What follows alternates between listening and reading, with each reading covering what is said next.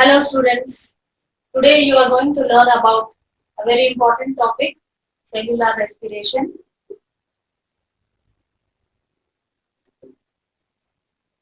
This is from the second chapter.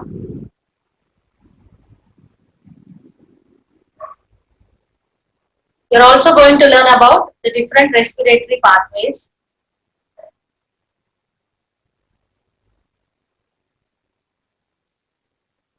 Now let us recall once again what are the different events in respiration.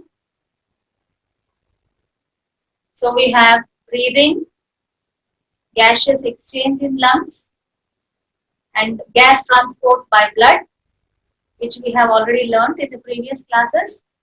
Today you are going to learn about these two topics, gaseous exchange at tissue level and cellular respiration.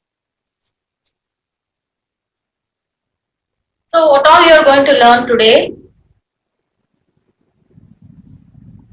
You are going to learn how the oxygen from blood capillaries enters into the tissues or cells, and again how the carbon dioxide enters back into the blood capillaries from the cells.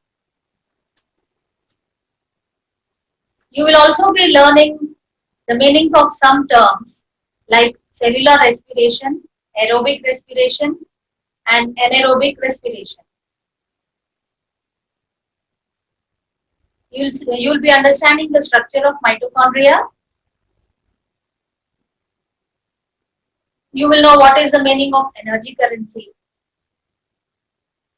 And you will learn the different respiratory pathways. Now first let us understand how the gas, carbon dioxide and oxygen are exchanged between blood capillaries to the cells and back. Observe this picture, students. Here you can see at the top there is the blood capillary, its transverse section. That means if you cut through a blood capillary, you can see that the upper and lower layers are there, and in between the blood is flowing, and in the blood you can see the red blood cells. And very much close to the blood capillaries, you can see the cells which are yellow in color. So these can be cells of any part of the body, can be cells of any tissue. So basically what happens here? In the tissues, the cells are continuously using oxygen to supply the energy. So the tissues always have low oxygen concentration when compared to the blood capillaries. Whereas in the cells, the carbon dioxide is continuously produced. So the cells will have, or the tissues will have, high carbon dioxide concentration compared to the blood capillaries. So once again let me repeat, the tissues always have low oxygen concentration than the capillaries, but high carbon dioxide concentration compared to the capillaries. So there is always this difference. So remember, you have learned in 9th class that whenever there is a difference in the concentration between two areas or two cells in which the cell membrane acts as a semi-permeable membrane, what happens? The diffusion takes place, isn't it? So this difference in concentration, it causes the gaseous exchange between them by diffusion. So simply the oxygen from the blood capillaries continuously enters into the cells, and the carbon dioxide from the cells continuously enters into the blood capillaries. Now let us see. Once the oxygen enters inside the cell, what happens? So there a very important process called cellular respiration occurs. We can define cellular respiration as a pathway by which the cells release energy by making certain changes in chemical bonds of food molecules that enter the cell. So basically these chemical changes are oxidation reactions. That means the food which is digested by the digestive system is broken down into very simple molecules, and these food molecules are present in the cells, and when the oxygen enters, the food molecules and the oxygen molecules react and due to certain chemical changes, energy is released. This process is cellular respiration. The energy which is produced during the cellular respiration, it is used for all the life processes and activities. So you have learned in your lower classes that we require food for energy, isn't it? Now you must have got a proper idea what is the relation between food and how it is getting converted into energy. And all the living cells carry out cellular respiration. So where does this exactly happen inside the cell? This process occurs inside a very important cell organelle, which we call it as the powerhouse of the cell, that is the mitochondria, in case of eukaryotic cells. Now, what are eukaryotic cells? You have learnt already. They are the cells in which there is well-defined nucleus and all the cell organelles are distinct and clear.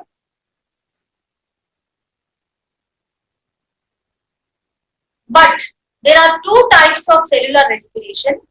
Since we have talked of eukaryotic cells, then what about the other prokaryotic cells, isn't it? So, the two types of cellular respiration, first one is called aerobic respiration, and it occurs in the presence of oxygen. That means oxygen is required, necessary for this reaction to take place. So example for this type of cellular respiration, all the eukaryotic cells. The second type of cellular respiration, it is called anaerobic respiration or fermentation. So this occurs in the absence of oxygen, or if there is very low amount of oxygen available, then this type of respiration occurs. So the example is all the prokaryotic cells like bacteria. And the process does not take place in mitochondria there, because remember, in the prokaryotic cells, there is no differentiation, there is no cell organelles present. So it occurs in the cytoplasm itself. Now let us see about the first type of respiration, aerobic respiration.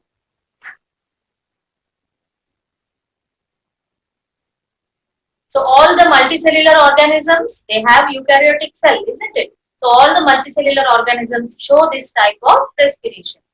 And where does it occur? It occurs in the cytoplasm and the mitochondria. That means some steps take place in the cytoplasm and some steps take place in the mitochondria.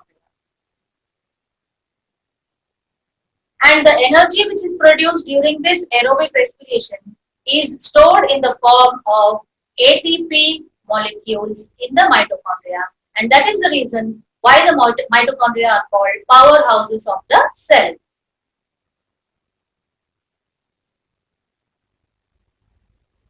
Now look at this picture, children. What is it? It is showing the structure of mitochondria.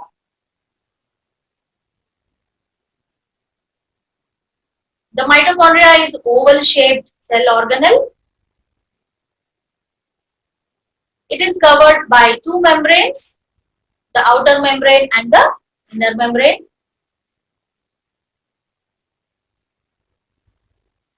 The inner membrane, if you can see the pink colored portion, it has many deep foldings, and these foldings are called cristae.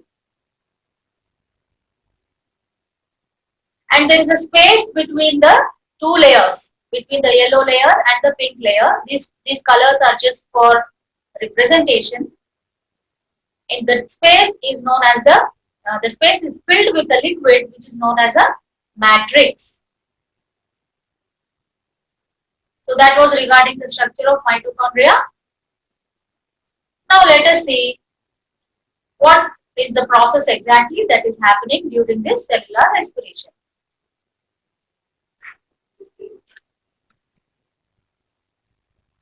Now inside the cell, as we discussed earlier, sugar, glucose or other food molecules are present.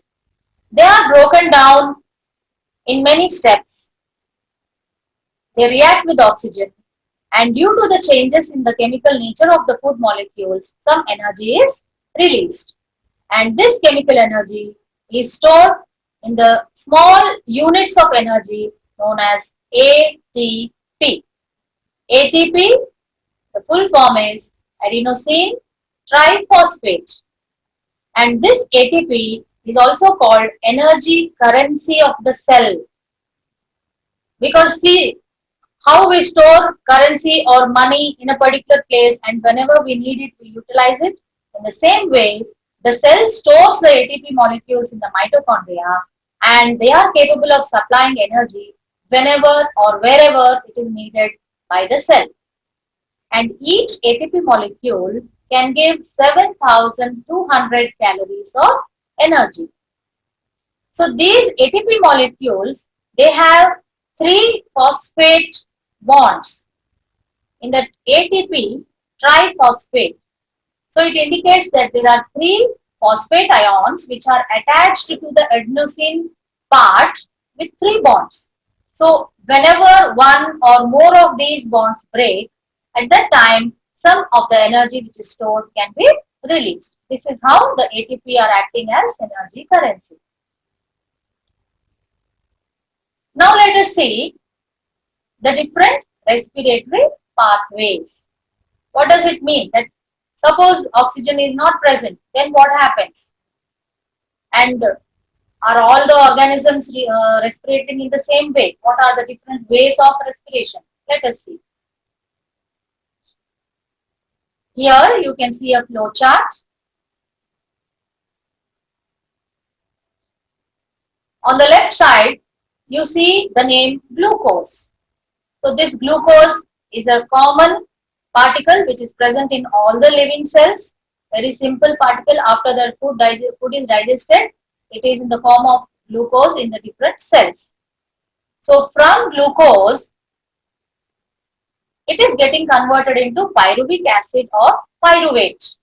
This pyruvate is a 3-carbon compound. That means it is a compound in whose formula 3 carbon atoms are present.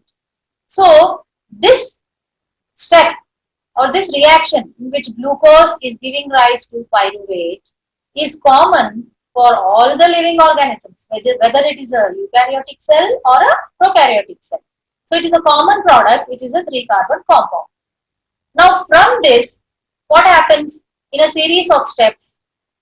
The energy has to be released, but depending on the amount of oxygen which is available, the respiratory pathway can be taken. So let us see the first one here, anaerobic respiration or fermentation. When does this take place? It occurs in the absence or in the low amounts of oxygen. So this is generally occurring in prokaryotic cells like bacteria, or it can take place in very small microorganisms like yeast.